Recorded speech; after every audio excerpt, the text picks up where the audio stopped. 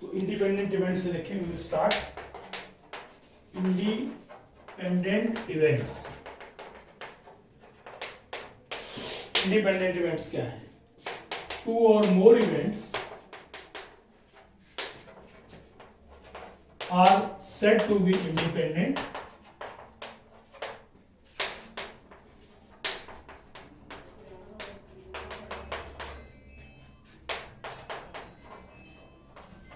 if occurrence of one does not affect the occurrence of other।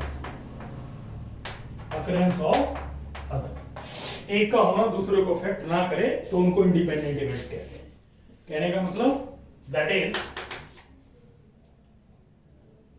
One is happening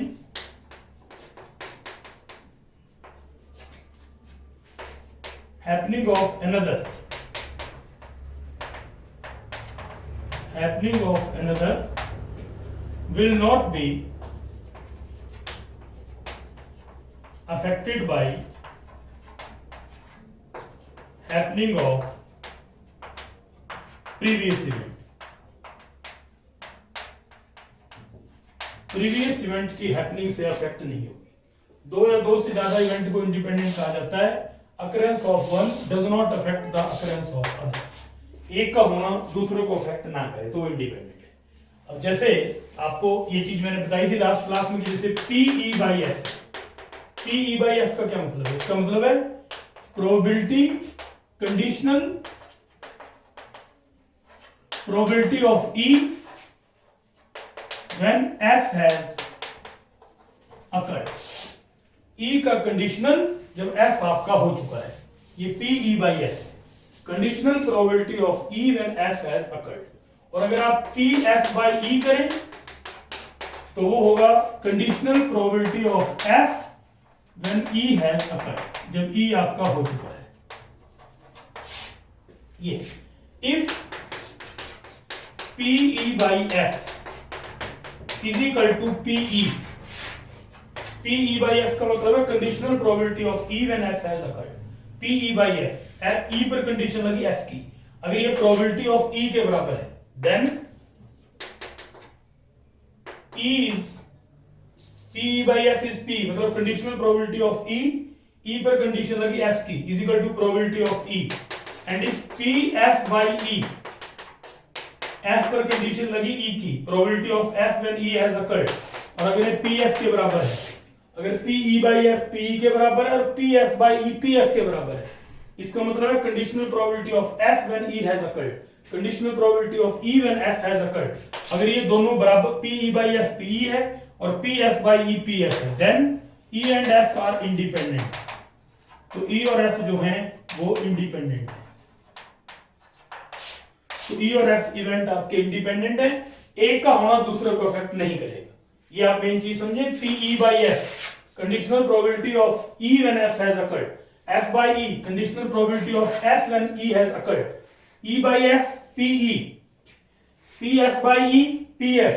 इसका मतलब है E का conditional F has occurred, probability of E, F का conditional E has occurred, probability of F। तो E और F आपके independent होंगे। अब लास्ट क्लास में इंडिपेंडेंट इवेंट्स के रिगार्डिंग मैंने आपको रिजल्ट भी बताया था, एक बार मैं उस चीज को फिर बता देता हूं ताकि चीजें आपको क्लियर हो जाए। आप ध्यान दें, जैसे एक और ये आपको थ्योरी पता है कि PE by F किसके बराबर होता है? You no PE by F होता है PE intersection F by PF। ये PE by F है, PE intersection F by PF you have studied, and PF by E, और जो PF by E है वो आपका PE intersection F by PE। PE by F होगा PE intersection F by PF, PF by E होगा PE intersection F by PE। ये formula मैंने आपको कराया था जब कंडीशनल प्रोबेबिलिटी शुरू की थी, यू नो दिस फॉर्मूला। और मल्टीप्लिकेशन लॉ कहां से आता है? P इंटरसेक्शन F, क्या लिख सकते हैं? PE by F into PF, P intersection F PF by E into P, यहां से मल्टीप्लिकेशन लॉ आ जाता है E एंड F, वो भी आपको बता दूंगा। तो इंडिपेंडेंट ये है आपका, PE by F ये है, PF by E ये है, यू नो दिस थिंग। यही से आपका मल्टीप्लिकेशन लॉ आ जाता है। अगर मैं PE इंटरसेक्शन F निकालूं तो आएगा PE by F into PF। ये देखें आप, तो ई इंटरसेक्शन एफ को क्या बोलते हैं? The E intersection F is called, इसको कहा जाता है event E and F. Event E and F, E intersection F को कहा जाता है event E and F. E intersection F अगर बोला जाए तो उसको कहते हैं event E and F. E and F event, that is called as E intersection F, तो उसको ई इंटरसेक्शन एफ कहते हैं, इवेंट ई एंड एफ। और ई और एफ को इवेंट ई और एफ, इवेंट ई और एफ, इसको कहते हैं ई यूनियन एफ। ई और एफ को ई यूनियन एफ कहा जाता है। ई इंटरसेक्शन एफ को इवेंट ई एंड एफ कहा जाता है, इवेंट ई और एफ को ई यूनियन एफ कहा जाता है। तो ये भी आपको पता ही है, मैंने बताया था शुरू में। तो ये इसमें थ्योरी मेन होती है प्रोबेबिलिटी में, आप ढंग से समझ। आज हम इंडिपेंडेंट इवेंट के क्वेश्चन में आपको कराऊंगा। तो ये देखिए, आप ये नोट करें, तो यहां से आपका मल्टीप्लिकेशन लॉ ऑफ प्रोबेबिलिटी बनता है। मल्टीप्लिकेशन लॉ यहीं से, event E and F, and का मतलब इंटरसेक्शन, तो पी इंटरसेक्शन एफ होगा P by F into P F.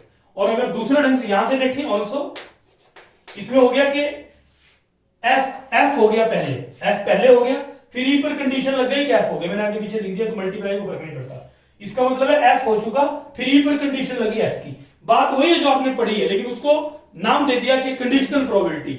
E by F का मतलब हो गया conditional probability of E when F has occurred. अब आप देखें also P E intersection F, अगर यहां से भी आप देखें पी इंटरसेक्शन एफ, तो ये मान लो आपका पहले ई हो गया, फिर एफ पर कंडीशन लगेगी ई की, F by E, P intersection F. मान लो पहले आपका ई इवेंट हो गया, तो प्रोबेबिलिटी ऑफ ई आएगा, फिर into P F by E, conditional probability of F when E has occurred, तो एफ पर कंडीशन लगेगी ई की। ये देखें, इसका आपको एक एग्जांपल से मैं क्लियर कर देता हूं। I will clear with example, उससे आपको चीजें क्लियर होगी। देखें, एक एग्जांपल आप लें, you will be more and more clear. जैसे a bag contains 3 red and 4 black balls. If 2 balls are drawn one by one, एक के बाद एक ड्रॉ की विदाउट रिप्लेसमेंट, रिप्लेसमेंट नहीं। 2 balls are drawn one by one without replacement, एक निकाली, देखा, दोबारा बैग में डाल दी, मतलब बॉल को रिप्लेस विदाउट रिप्लेसमेंट, बैग में नहीं डाली, अगर बैग में डाल दी तो रिप्लेसमेंट है। मतलब विदाउट रिप्लेसमेंट का मतलब है कि बॉल निकाली और उसको अपने पास रख लिया। विद रिप्लेसमेंट होता है बॉल निकाली, उसको बैग में डाल दिया, फिर दूसरी बॉल निकाली, दूसरी बॉल निकालने से पहले पहली बॉल बैग में डाल दी, ये विद रिप्लेसमेंट। तो ये बॉलें निकाली without replacement. 2 balls are drawn one by one without replacement। 3 red हैं और 4 ब्लैक बॉल्स हैं आपके पास बैग में, 2 बॉलें निकाली without replacement. Find the probability, find probability that first is red and second is black। पहली रेड है और दूसरी ब्लैक है। ये देखिए, 3 red 4 black balls, 2 balls are drawn one by one without replacement। find probability first is red second is black। तो आप event मान लें और इसमें आपको मल्टीप्लिकेशन लॉ क्लियर हो जाएगा कि क्या है जो मैंने पी बाई एफ बताया। इसके बाद हम इंडिपेंडेंट इवेंट का जो आपको बताया था उस थ्योरी को करा के फिर क्वेश्चन में करा रहा हूं।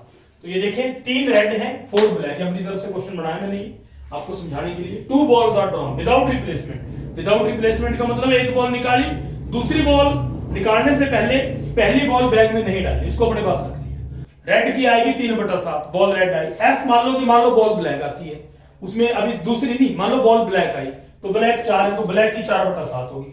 अब बात आती है पी ई एंड एफ। आप ये समझे, इसमें मैंने फर्स्ट लिखा, फर्स्ट लिखने की जरूरत नहीं। ई मान लो कि बॉल इज रेड, कि बॉल आपकी रेड है, रेड बॉल की प्रोबेबिलिटी क्या है 3/7, ब्लैक बॉल की प्रोबेबिलिटी क्या है 4/7। तो F with the event that ball is black, F है कि बॉल ब्लैक है, तो ब्लैक की होगी 4/7। अब उसने बोला first ball is red and second is black, तो कहने का मतलब ई and F, E and F निकालना आपने। अब ई एंड एफ क्या होगा, ये आएगा पीई। पहली बॉल आपकी रेड आ गई, रेड आ जाएगी, पहले रेड में कोई प्रॉब्लम नहीं, 3/7 होगी। अब उसने क्या बोला कि विदाउट रिप्लेसमेंट है। विदाउट रिप्लेसमेंट का मतलब है कि आपने बॉल को दोबारा बैग में नहीं डाला आपकी दूसरी बॉल निकालने से पहले, वो बॉल अपने पास ही रखी आपने, तो इसका मतलब पी एफ आएगा। तो प्रोबेबिलिटी ऑफ ब्लैक होगी तो ब्लैक की प्रोबेबिलिटी 4/7 है। अगर ऐसे ब्लैक बॉल निकालनी हो, एक बैग में 3 रेड है 4 ब्लैक है, ब्लैक की 4/7 है, लेकिन अब हुआ क्या, बात वही है जो आप समझ रहे हैं, लेकिन उसको नाम दे दिया। अब हुआ क्या, पी एफ, जो ब्लैक बॉल है उस पर कंडीशन लगे कि पहली बॉल रेड है, तो उसको नाम देंगे पी एफ बाई ई, मतलब इसको बोलेंगे पी एफ बाई को conditional probability of F when E has occurred. Black ball पर कंडीशन लगे कि रेड बॉल आ चुकी है, और पीई आपको पता ही है, पीई 3/7 है, और ब्लैक पर कंडीशन लगी कि रेड आ चुकी है, तो ब्लैक आपकी 4 है, तो अब आपकी टोटल बॉलें 6 रह गई, तो इसका मतलब है इनटू 4/6, तो ये जो बनेगा आपका, ये देखिए इट इज 2/7। तो first is black and first is red and second is black, पहली रेड है और दूसरी ब्लैक, एंड में मल्टीप्लाई होगा, और इसको बोलते हैं मल्टीप्लिकेशन लॉ ऑफ प्रोबेबिलिटी। बात वही है जो आप समझ रहे हैं, पर पी एफ बाई ई को आपको समझाने के लिए मैंने अपनी तरफ से एग्जांपल लिया ताकि चीज आपको क्लियर हो जाए। पी एफ बाई ई को बोलेंगे conditional probability of F when E has occurred.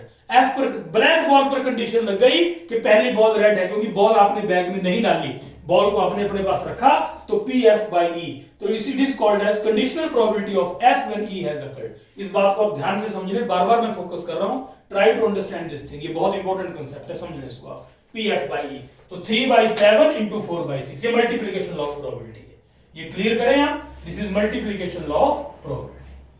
तो ये है, इस चीज को आप समझ लें, 3/7 4/6। वैसे ब्लैक की क्या है, तभी तो मैंने शुरू में लिख दिया था फर्स्ट बॉल इज रेड, आप फर्स्ट बॉल नहीं लिखे, ई फर्स्ट बॉल की प्रोबेबिलिटी नहीं रेड है, ई मान लो कि ball is red, E event मानना मैंने कि बॉल रेड, फर्स्ट का मतलब ही नहीं है। एफ मानना कि बॉल इज ब्लैक, फर्स्ट नहीं लिखना, सेकंड भी लिखना है कि बॉल ब्लैक है, तो रेड की प्रोबेबिलिटी 3/7 है, ब्लैक की 4/7 है।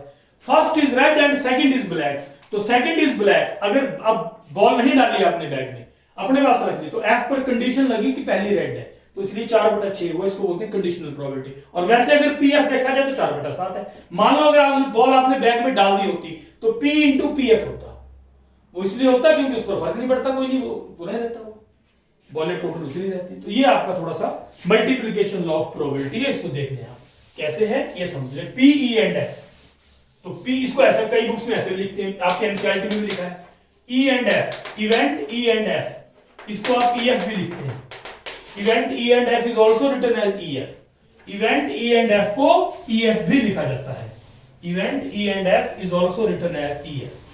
तो ये अंडरस्टैंड करने की कोशिश करें आप, इस ढंग से आपका सोल्यूशन है।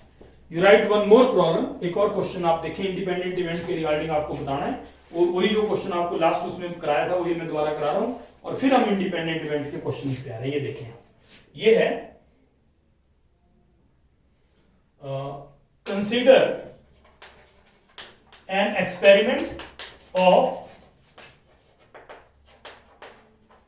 Drawing a card from pack of 52 cards in which events are equally likely, events जो हैं equally likely हैं। Let E be event that card is spade, card drawn is spade, card spade है। F be event that card drawn is ace, दो event मानने, इसने जो last class में करा था मैं आपको बता रहा हूं। E मानना कि कार्ड स्पेड है, F मानना कि कार्ड आपका एस है, ये F मान लिया। अब इसमें कह रहा है तो PE क्या होगा, PE फर्स्ट नहीं, कार्ड मान लिया स्पेड है, तो स्पेड आपको पता है 13 के सेट होते हैं, 4 स्पेड, हार्ट, आपके क्लब्स होते हैं, डायमंड्स होते हैं, तो स्पेड 13 है, सब में एक किंग होता है, सब में एक क्वीन होता है, एक जैक होता है, एक एस होता है, तो ये बन गया 4।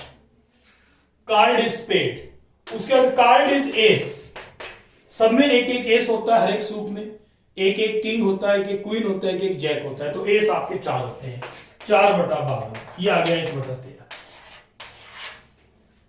पीई 13/52, पीएफ 4/52, ये आ गया। तो कार्ड इज स्पेड और दूसरा है कि card is S, card S है। अब इसमें कह रहा है ऑल्सो ई एंड एफ क्या हुआ, event E and F, event E and F, इसको क्या नाम देंगे, that E and F, E and F का मतलब ई भी और एफ भी, स्पेड भी और एस भी है, इसका मतलब that card is ace of spade, ace है लेकिन स्पेड का। इवेंट ई एंड एफ का मतलब है इवेंट ई एंड एफ, कि कार्ड एस है और किसका है, स्पेड का, स्पेड का एस है, एस तो है लेकिन स्पेड ई, मतलब स्पेड भी और एस भी है, तो एस किसका हुआ, स्पेड का, तो इसको P of E intersection F, इसका मतलब है P of E intersection F, तो क्या बोलेंगे इसको, एस ऑफ स्पेड, वो एक ही है, 1/52, क्योंकि एक ही एस है जो स्पेड में है, तो 1/52 आ गया पी इंटरसेक्शन एफ। अब आप देखें, अगर आप इसमें ध्यान दें, कार्ड इज स्पेड और दूसरा है कार्ड इज एस, जैसे लास्ट उसमें आपको बताया था P E by F, P E by F का क्या मतलब है, आप ध्यान दें, E by F conditional probability of F when E has occurred, और फॉर्मूला आपको बताया मैंने, P intersection F by P F, ये होता है, यहीं से मल्टीप्लिकेशन लॉ आता है जो मैंने आपको भी कराया, ई intersection F P F into this, ये चीज क्लियर करें। ये आपकी बुक में एग्जांपल से बताया, इसका जो प्रूफ है ये मैं कल आपको, कल की क्लास में एक बार दोबारा मैं इनिशियली इसको जब क्लास शुरू करूंगा तो अगेन आई विल रिपीट, तो चीजें मेन बच्चों को प्रॉब्लम थ्योरी में आती है प्रोबेबिलिटी की, तो ये मैं आपको कल दोबारा करा दूंगा, अभी देखिए आप, तो इसकी theory again I will explain it. तो ये देखिए पी इंटरसेक्शन एफ, तो ये आपका 1/52, पी एफ ये आपका 1/13 है, तो ये बन गया 1/52 गुना 13/1, ये आ गया 1/4, तो पी ई बाई एफ आ गया 1/4, conditional probability of E when F has occurred. उसके बाद it is E by F, card is spade but it is ace, तो उसकी ये कंडीशन है। अब आप देखें आपके पास एफ बाई ई भी आ गया, ई बाई एफ भी आपने निकाल लिया, ई बाई एफ भी निकाला आपने, ई बाई एफ आपका ये आया 1/4। अब आप देखें पीई अगर आप निकालें, पीई, पीई का मतलब है कार्ड इज स्पेड, तो स्पेड आपके 13 है, तो ये आएगा 13/52, 1/4। इसका क्या मतलब है, इसका मतलब है that is P E by F. अब देखिए पीई 1/4 और पीई बाई एफ 1/4 है, तो P E by F equal to P E, इसका मतलब है conditional probability of E, conditional probability of E is equal to probability of E, conditional probability of event E is equal to probability of event E, E का conditional probability of event E के बराबर है, ई पर condition लगी F की, उसकी probability is equal to probability of E, क्योंकि E में कितने हैं, ई इवेंट है कि कार्ड इज स्पेड, तो वो भी 1/4, तो दोनों सेम आए, conditional probability of E is equal to probability of E, ये बात हमने प्रूव कर दी, ये प्रूव हो गई। अब वैसे ही एफ बाई ई का देखें, पी एफ बाई ई, अगर आप पी एफ बाई ई निकालें तो वो आपने निकाला हुआ पी एफ बाई, वो आपका 1/13 है। अब पी एफ निकालें, एफ इवेंट क्या मानना है आपने, एफ मानना है कि कार्ड इज एस, तो एस आपके 4 है, तो 4/52, तो that is also 1/30, again it is 1/30। तो यहां से क्या हुआ, यहां से आप देखें, नोट करें, अगर आप ध्यान दें, P F by E is equal to P F, इसका मतलब हुआ that is conditional probability of F, conditional probability of F, F पर कंडीशन लगी ई की, conditional probability of F is equal to probability of F, F की जो conditional probability है जब ई हो लिया, it is equal to probability of F, दोनों सेम आई, conditional probability of F, probability of F, conditional probability of E, probability of E. अब आप ध्यान दें, एज वी नो, इसका क्या मतलब हो गया, इसका मतलब हो गया अगर ई की कंडीशनल प्रोबेबिलिटी ई के बराबर आ रही है और एफ की कंडीशनल प्रोबेबिलिटी एफ के बराबर आ रही है, मतलब यह है कि एफ पर कोई फर्क नहीं पड़ रहा ई हो रहा है नहीं हो रहा है, ई पर कोई फर्क नहीं पड़ रहा कि एफ हो रहा है नहीं हो रहा है, क्योंकि दोनों सेम आ रही है, ई पर कोई फर्क नहीं है कि एफ हो रहा है, क्योंकि कंडीशनल प्रोबेबिलिटी, ई की कंडीशनल प्रोबेबिलिटी प्रोबेबिलिटी ऑफ ई के बराबर है, एफ की कंडीशनल प्रोबेबिलिटी एफ के बराबर है, तो मतलब conditional probability of F is equal to probability of F, conditional probability of E is equal to probability of E. इसका मतलब हुआ that is P F by E is equal to P F and P E by F is equal to P E, conditional probability of F is equal to probability of F, conditional probability of E is equal to probability of E.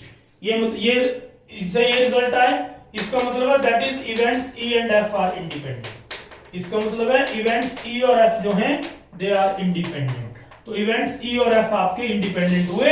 ये चीज आपकी यहां से clear करो आप कि इस case में जो आपकी बुक का एग्जांपल लिया मैंने पिछली क्लास में भी कराया था, मैंने दोबारा करा दिया। ये P F by E P F आया, P E by F P E आया। इसका मतलब है ई और एफ आपके इंडिपेंडेंट हुए। ई और एफ इंडिपेंडेंट, ये प्रूव हो गया क्योंकि conditional probability of F is equal to probability of F, conditional probability of E is equal to probability of E. तो events E and F are independent, ये independent हो गए। ऑल्सो वी नो, और एक बात आपको और पता है कि P इंटरसेक्शन F क्या होता है? P इंटरसेक्शन F होता है PE into P F by E. और क्या लिख सकते हैं इसको? P, या मान लो पहले आपका F हो जाए तो क्या होगा? तो इसमें फिर E पर कंडीशन लगेगी F की। ये आपको पता है मल्टीप्लिकेशन लॉ कि P इंटरसेक्शन F क्या होता है? PE into P F by E, मतलब probability of E into conditional probability of F when E has occurred. पहले एफ हो लिया तो ई पर कंडीशन लगी कि एफ हो लिया। अब आप ये चीज नोट करें कि ई और एफ आपने इंडिपेंडेंट प्रूव कर दिए। कहने का मतलब E by F is equal to P E and P F by E is equal to P F, ये चीज आपने प्रूव कर दी। इसका मतलब है since P F by E P F, P E by F P E, इसका मतलब हो गया पी ई इंटरसेक्शन एफ को आप क्या लिख सकते हैं? P इंटरसेक्शन F होगा PE इंटू पी एफ, क्योंकि पी एफ बाई ई आपका पी एफ है, ये प्रूव हो गया। इसी also P E by F आपका P E by F P है, और यहां पर आपका P F बाई E जो है आपका वो P F है, तो P F इंटू P। तो इसका, और ये हमने जब P E बाई एफ आपका P है, P F है, तो मतलब, और P E बाई एफ आपका P है, तो मतलब इवेंट इंडिपेंडेंट है। तो मल्टीप्लिकेशन लॉ आपका ये था, E बाई मतलब F बाई E की जगह F P F आ गया, और E बाई F की जगह P आ गया। और ये कब होगा? जब इंडिपेंडेंस का मतलब हुआ कि अगर इवेंट्स आपके इंडिपेंडेंट हैं, ये प्रूव हो गया, तो P E एंड F क्या होगा? P इंटू पी एफ, ये चीज प्रूव हो गई। इफ इवेंट्स आर इंडिपेंडेंट, ये चीज है, तो E इंटरसेक्शन F, ये ध्यान से समझे, ये मेन थ्योरी है। क्योंकि ऑफलाइन क्लास नहीं है, आपको एग्जांपल देके नहीं समझा सकते, इसलिए मैंने ये चीज दोबारा कराई आपको। ये लास्ट लेक्चर में कराया था, मैंने दोबारा एक्सप्लेन किया। यहीं से प्लस टू की प्रोबेबिलिटी शुरू होती है। तो मतलब कहने का है पी इंटरसेक्शन है, प्रोबेबिलिटी में सिर्फ थ्योरी है। अगर आपको थ्योरी समझ आ गई तो क्वेश्चन में कुछ नहीं है, वेरी सिंपल। अभी हम इसके क्वेश्चन करेंगे, देखें। तो पी इंटरसेक्शन एफ, अगर इवेंट्स इंडिपेंडेंट है तो पी इंटरसेक्शन है पी इंटू पी एफ होगा, P intersection F P F into P होगा। कहने का मतलब है अगर इंडिपेंडेंट है तो and will be converted into multiply, simple सी बात है। ये चीज आप नोट कर लें। दैट इज, अब ये आपका क्वेश्चन रिजल्ट बना, ये आगे एक्सटेंड होगा। That is if events E and F are independent, अगर E और F आपके इंडिपेंडेंट हैं, देन P इंटरसेक्शन F, अगर इवेंट्स इंडिपेंडेंट हैं तो P इंटरसेक्शन F आपका P इंटू पी एफ होगा। ये चीज आप समझ लें। अगर इवेंट्स इंडिपेंडेंट हैं तो P इंटरसेक्शन F जो है that is equal to P into P F, मतलब एंड आपका मल्टीप्लाई में कन्वर्ट हो जाएगा। कहने का मतलब है P intersection F is equal to P into P F. तो and will be converted, intersection will be converted into multiplication अगर इवेंट्स आपके इंडिपेंडेंट हैं। अब इसके क्वेश्चंस देखें एनसीईआरटी के, पर बेस्ड जो क्वेश्चंस हैं वो आप देख लें। तो जैसे अब आपका ये क्वेश्चन, अच्छा जैसे ये क्वेश्चन है, a die is thrown, a die is thrown, एक डाई फेंकी जाती है, E be the event, let E be event that number appearing are independent or not, independent है या नहीं। अब वही बात आ गई, आपकी बुक का सॉल्व एग्जांपल है। एक क्वेश्चन और आपको सॉल्व एग्जांपल कराऊंगा, उसके बाद आपके अनसॉल्व कराऊंगा, तो ये चीज उससे आपको क्लियर हो जाएगी। तो क्वेश्चंस आपको पता लग जाएगा कि कैसे आपने करने हैं, how you will manage the problems. तो यहां देखें, अब आप ध्यान दें थोड़ा सा, एक डाई फेंकी गई और ई इवेंट माना के मल्टीपल 3 का है, एफ माना के नंबर इज इवन, तो चेक करना है कि ई और एफ इंडिपेंडेंट है या नहीं है। तो ई का सैंपल स्पेस लिखे पहले, मल्टीपल ऑफ 3, 3, 6, 9, 3 डाई में आपको पता है डाई जब फेंकते हैं तो टोटल सैंपल स्पेस जो होता है 1, 2, 3, 4, 5, 6। If a die is thrown, अगर डाई फेंकी जाती है, देन सैंपल स्पेस 1 से 6 आता है। Multiple of 3, 3 6 9, F number is even, number even आएगा 2 4 6 के नंबर इवन है। P of E, probability of E, total die जब फेंकते हैं तो 1 से 6 तक कुछ भी आ सकता है। अब वही मैंने आपको थ्योरी इसीलिए 4 या 5 लेक्चर मैंने लगाए ढंग से, +1 की भी आपको कराई और ये थ्योरी ढंग से एक्सप्लेन किया। अब आप क्वेश्चन देखें, 3 क्वेश्चन में लगातार करा रहा हूं इंडिपेंडेंट इवेंट के। आपको ये प्रूव करना है कि P intersection F is equal to P into PF है, मतलब एंड आपको मल्टीप्लाई में कन्वर्ट हो जाएगा तो वो इवेंट इंडिपेंडेंट प्रूव होगा, बस इतनी सी बात है। अब आप देखें PE, E का प्रोबेबिलिटी आएगा 3/6, 1/2 क्योंकि 3 है और टोटल आपके 6 है। PF ऑल्सो PF, अब आप देखें F में आपके 3 है तो ये भी 3/6, ये भी 1/2। अब आएगा E इंटरसेक्शन F, यहां निकालें आप E इंटरसेक्शन F। पहले E इंटरसेक्शन F कॉमन क्या है दोनों में, सेट, सेट का भी प्रोबेबिलिटी भी यूज है। तो what is common? Common here is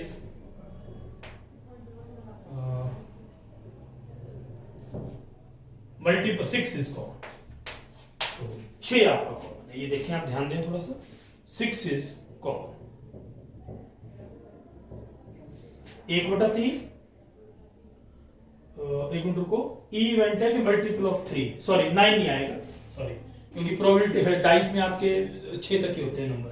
तो इट इज 2/6, तो इट इज 2/6, तो इट इज 1/3। ये थोड़ा सा ध्यान नहीं रहा मेरे को। ई इंटरसेक्शन एफ में 6 आएगा। डाई में ध्यान रखिए 1 से 6 तक कहता है, सैंपल स्पेस 1 से 6 होता है। 3 का मल्टीपल है, मैंने 3 के मल्टीपल 9 तक लिखा। 3 के मल्टीपल डाई में 3 और 6 ही होंगे, 9 नहीं आएगा। और एफ है कि नंबर इज इवन, तो वो 2 4 6 आएगा। तो वो देख लें आप, ई इंटरसेक्शन एफ। अब ई इंटरसेक्शन एफ 6 है तो इसकी प्रोबेबिलिटी 1/6 होगी। तो यहां से बस वही बात है जो थ्योरी आपको कराई थी। अब आप देख लें, here it is very much clear. Here P E intersection F, अगर आप पी इंटरसेक्शन एफ देखें तो वो P इंटू PF है। इसका मतलब है events are independent, events are independent, events आपके इंडिपेंडेंट प्रूव हो गए, events are independent, it is proved. P intersection F is equal to P into PF, so events are independent, ये prove हो। यहां ध्यान दें 9 लिख दिया था मैंने क्योंकि 3 का मल्टीपल है तो डाई में आपके 1 से 6 तक होते हैं तो 3 और 6 ही आएगा, ये सोल्यूशन।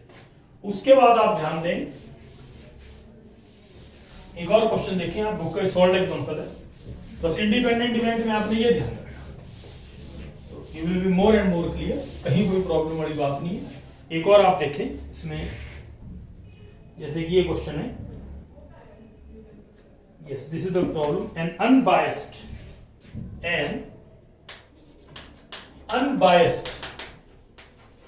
डाई, अनबायस्ड मतलब हर एक की प्रोबेबिलिटी 1/6 है। Unbiased die is thrown twice, 2 बार फेंकी गई। Let A be event, A है odd on first throw, A है odd on first throw, B be event odd on second throw. Check whether A and B are independent or not. A और B independent हैं या नहीं। अब आपको पता है जब डाई फेंकी जाती है तो टोटल आउटकम्स जो होते हैं वो 36 होते हैं, 2 डाइस फेंकी जाती है। When a dice is thrown twice,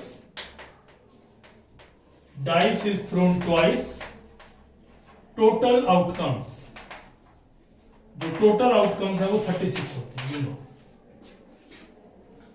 अब A है कि ऑड ऑन फर्स्ट थ्रो और B है ऑड ऑन सेकंड थ्रो, तो odd on first throw and B is the event odd on second throw. तो ऑड देख रहे हैं आप 1 3 5 है, तो first throw unbiased dice thrown twice, 2 बार फेंकी गई, ऑड ऑन फर्स्ट थ्रो। तो इसमें देखो आप सीधी सी बात है 1 3 5 होते हैं, तो A का सैंपल स्पेस क्या होगा? ऑड ऑन फर्स्ट 1 के साथ आपका 2 भी आ सकता है, 1 के साथ आपका 3 भी आ सकता है, 1 से 6 तक कुछ भी आएगा। आपकी बुक में उसने सैंपल स्पेस नहीं लिखा है, लेकिन मैं आपको बता रहा हूँ कैसे है। फिर मान लो पहला 3 आया, 3 के साथ 1 भी आ सकता है, 3 के साथ 6 तक आ सकता है। फिर आपका मान लो 5 आता है, 5 के साथ 1 भी आ सकता है, 5 के साथ 6 तक जाएगा। ये ध्यान दें, 1 से लेकर 6, फिर मान लो 3 आया तो 3 से 6, 5 से 6, तो ए के जो नंबर ऑफ एलिमेंट्स हैं वो आपके 18 हुए, तो प्रोबेबिलिटी ऑफ ए वो आएगा 18/36, क्योंकि डाई को जब 2 बार फेंकते हैं तो टोटल आउटपुट 36 होते हैं, ये 1/2। अब आप ध्यान दें, अब बी उसने बोला ऑड ऑन सेकंड थ्रो, दूसरे थ्रो पे ऑड, तो पहले पे कुछ भी आ सकता है, तो दूसरे पे ऑड है, तो कहने का मतलब है पहले पे आपका 1 आ गया तो दूसरे पे 1 आएगा, दूसरे पे 1 आया मान लो, तो 2 के साथ भी आ सकता है, ऐसे ये 6 के साथ वैसे ही चलेगा, तो फिर आपका मान लो 2 आया तो 3 आया, फिर आपका 2 4 आया, इस ढंग से आपका चलेगा। आप समझने की कोशिश करें, उसने कहा कि ऑड ऑन सेकंड थ्रो, दूसरे थ्रो पे ऑड है, तो दूसरे पे 1 आया तो पहले पे 1 2 3 के साथ कुछ भी आ सकता है। अब मान लो दूसरे पे ऑड आया, दूसरे पे 3 आया, तो 3 के साथ आपका 1 भी आ सकता है। अब समझने की कोशिश करें, दूसरे पे ऑड आया तो 1 3, ये जैसे ये जाएगा आपका 1 3, दूसरे पे ऑड है तो पहले पे कुछ भी आ सकता है, odd on second throw, second पे ऑड आया 1 आया जैसे 3, तो दूसरे में भी कितने आएंगे total, again you will get 36, तो दूसरे में भी आपके 18 होंगे, तो P ऑफ B भी आपका 1/2, तो P A into P B ये आएगा 1/4। अब ए इंटरसेक्शन B आप देखें कितना है, A intersection B odd on both throws, तो ए इंटरसेक्शन B में आएगा ऑड ऑन बोथ थ्रोस, दोनों थ्रोस पे ऑड, तो probability of A intersection B ये कितनी होगी, दोनों पे ऑड है, तो मतलब कहने का मतलब है 1 1 1 1 आएगा, फिर आपका 1 3 1 5 3 3 3 1 3 5 3 7 3 वहां तक आएगा, ठीक है, तो दोनों पे ऑड है, तो टोटल कितने आएंगे इसमें, जो टोटल आउटकम्स होंगे दोनों पे अगर ऑड आता है तो 9 आएंगे, तो 9/36 ये 1/4, तो P intersection B P into P, तो ये समझने की कोशिश करें, दूसरे थ्रो पे ऑड है तो पहले तो 1 से 6 तक कुछ भी आ सकता है, दूसरे पे 3 है तो उसमें दूसरे पे 3 है तो इसमें 1 से 6 तक कुछ भी आ सकता है, ये समझने की कोशिश करें, दूसरे थ्रो में आपका ऑड है, फिर वैसे ही आपका 5 है तो 1 से 5, यहाँ भी 1 से 6 तक कुछ भी आ सकता है, 5 आएगा दूसरे पे तो इसके साथ 1 के साथ 5, 2 के साथ 5, पहले में कुछ भी आ सकता है 1 से 6 तक, हाँ दूसरे पे 5 फिक्स है तो 6 5, वैसे इसके भी 18 बनेंगे तो N भी 80 P भी हाफ आ गया, और दोनों पे ऑड है, बोथ थ्रोज ऑड, दोनों थ्रोज पे ऑड है, तो इसमें क्या होगा, मतलब आपका 1 के साथ 1, 1 के साथ 3, 1 के साथ 5, फिर 3 1 3 3 3 5, तो ऐसे टोटल 9 बनेंगे, तो 9/30 आप देख लो अगर आपको समझ नहीं आ रहा है, दोनों पे ऑड है, मतलब पहले पे ऑड है दूसरे पे भी ऑड है, 1 1 1 के साथ आपका 3 भी आ सकता है, 1 के साथ 5 भी आ सकता है, पहले पे ऑड है 3 1 3 3 3 5, फिर पहले पे ऑड है, दोनों पे ऑड है, तो पहली बार 1 आया तो 1 के साथ 1 3 5 कुछ भी आ सकता है, 1 3 5 5 के साथ 1 3 5, दोनों थ्रोज पे, तो इंटरसेक्शन इसलिए 9 हुए, 9/36 एक होना चाहिए, तो यहाँ पे आप देखें here P A intersection B equal to P A into P B, P A intersection B P A into P B आ गया, मीन्स इवेंट्स आर इंडिपेंडेंट, तो इवेंट्स आपके इंडिपेंडेंट, ये प्रोबेबिलिटी 6 इट इज 6 प्रोबेबिलिटी है, क्योंकि आपका 5 पहले हो चुका है, तो ये देखें, तो मैंने 5 लिखे, प्रोबेबिलिटी 6 है, तो ये देखें आपका, तो P इंटरसेक्शन B अगर आपका P A into P B है तो इवेंट्स आपके इंडिपेंडेंट है, ये इंडिपेंडेंट प्रूव हो गए, तो इंडिपेंडेंट प्रूव करने के लिए ही ध्यान रखना आपने कि P इंटरसेक्शन B आपको P A into P B लाना है, अगर P intersection B P A into P B है तो इवेंट्स आपके इंडिपेंडेंट होंगे, otherwise they are not independent, otherwise independent नहीं। अब आप इसका एक solved example, sorry unsolved question भी देख लें, you please see unsolved problem, unsolved question आप देखते हैं इसका, जैसे ये है, if P of A half दिया है, P B 7/12 दिया है, P नॉट A और नॉट B ये 1/4 दिया है, नॉट A और नॉट B आपको निकालना है चेक, ये आपका 13.2 का क्वेश्चन 10 है, दिस इज क्वेश्चन 10, तो check whether A and B are independent or not, independent है या नहीं, तो वही बात आ गई P नॉट A और नॉट B, इसका मतलब है नॉट A और नॉट B, और का मतलब यूनियन, ये 1/4, नॉट ए और नॉट बी, और का मतलब, अब आपको पता है by De Morgan law A complement intersection B complement is A intersection B whole complement, A complement intersection B complement union B complement, De Morgan law union को इंटरसेक्शन बदलता है, A complement union B complement A intersection B whole complement 1/4, और A complement का मतलब 1 - 4 1/4, तो यहां से P A intersection B आ गया 3/4। अब आप देखें ए इंटरसेक्शन भी 3/4 and also P A into P B, अगर आप P A into P B करें तो ये 7/14, तो P A intersection B is not equal to P A into P B, इसका मतलब हो गया that is P A intersection B is not equal to P A into P B, तो P A intersection B P A into P B के बराबर नहीं है, so events are not independent, so events A and B are not independent, तो events आपके independent नहीं, तो ये वही बात है, ये आपके एनसीईआरटी का क्वेश्चन है 13.2 का 10th क्वेश्चन है, उसने बोला है कि चेक करो कि इंडिपेंडेंट है नहीं, तो यहां से ये चीज प्रूव हो गई कि दे आर नॉट इंडिपेंडेंट, क्योंकि P A intersection B P A into P B के बराबर नहीं है, अगर P A intersection B P A into P B के बराबर नहीं है, The events are not independent, तो इवेंट्स आपके इंडिपेंडेंट नहीं, ये चीज आप क्लियर करें, इवेंट्स आर नॉट इंडिपेंडेंट, ये बात यहां से क्लियर हो। उसके बाद आप देखें एक ये क्वेश्चन में आपका सॉल्व हुआ, अब जैसे ये क्वेश्चन है 7th क्वेश्चन 13.2, इसमें दोनों हैं, given 2 events A and B, 2 events हैं ए एंड बी, अब इसमें कह रहा है पी ए हाफ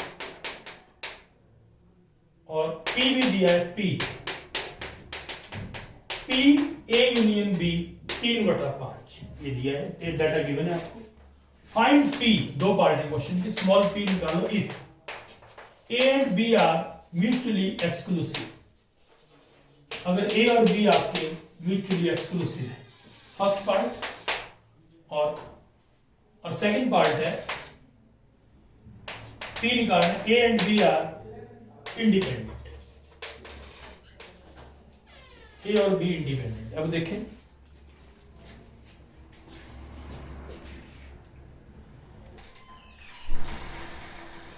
तो अगर म्यूचुअली एक्सक्लूसिव है, if A and B are mutually exclusive, अगर म्यूचुअली एक्सक्लूसिव है तो आपको पता है पी ए यूनियन बी आपका P A plus P B होता है, यू नो इंटरसेक्शन प्रोबेबिलिटी 0 होता है, इंटरसेक्शन भी 5 होता है, पी ए यूनियन बी आपका 3/5 है, 1/2 प्लस पी, तो पी आया 3/5 - हाफ, 10 एलसीएम 6 - 5, ये आया 1/10 अगर mutually exclusive. If A and B are independent, अगर ए और बी इंडिपेंडेंट है तो इंडिपेंडेंट में आपको पता है पी ए इंटरसेक्शन बी क्या होता है, P A into P B, you know in independent P A intersection B P A into P B होता है, तो P A intersection B P A into P B होता है, तो उसके लिए आपको क्या निकालना पड़ेगा, you have to find out P A intersection B, तो वो निकालना पड़ेगा, तो पी ए यूनियन बी क्या होता है, P A plus P B minus P A intersection B, as we know P A union B होता है, तो पी ए यूनियन बी 3/5 है, 3/5 P A half plus P minus,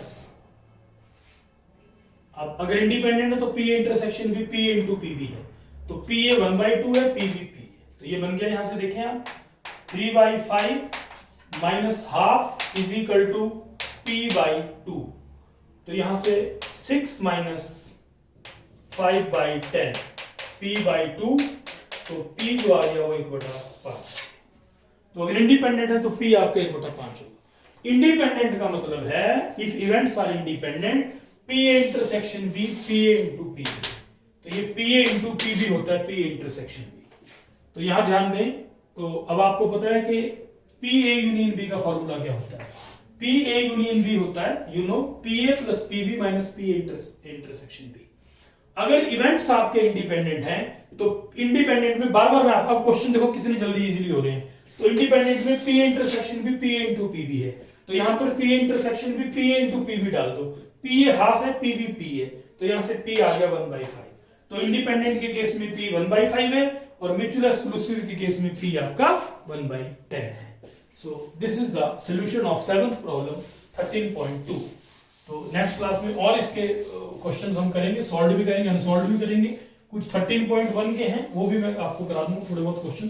conditional probability, law of total probability next class में आपका हो जाएगा। Law of total probability है that I will cover in next class. Questions में फिर दिक्कत नहीं आती अगर आपकी थ्योरी क्लियर है। इसमें एक रिजल्ट आप और लिख लें, ये आपकी बुक में दिया है, please note it. 3 events A, B and C are said to be mutually independent। Mutually का मतलब ऐसे भी इंडिपेंडेंट और आपस में भी इंडिपेंडेंट, आपस में भी इंडिपेंडेंट है और ऐसे भी इंडिपेंडेंट। आपस का मतलब ए और बी, बी और सी, ए और सी। 3 events A, B and C are said to be mutually independent। Mutually independent का मतलब है कि आपस में भी इंडिपेंडेंट और वैसे भी। म्यूचुअली का मतलब आपस में, तो म्यूचुअली इंडिपेंडेंट, तो A P A intersection B होगा P A into P B, P B intersection C होगा P B into P C, और पी म्यूचुअल इंडिपेंडेंट, म्यूचुअली मतलब ए और बी इंडिपेंडेंट, ए और बी इंडिपेंडेंट है तो पी इंटरसेक्शन भी P into P B, B और सी इंडिपेंडेंट है, P B intersection C P B into P C, and P intersection C it will be P A into P C, ये P A into P C होगा। And also and mutual independent है P A intersection B intersection C, P A into P B into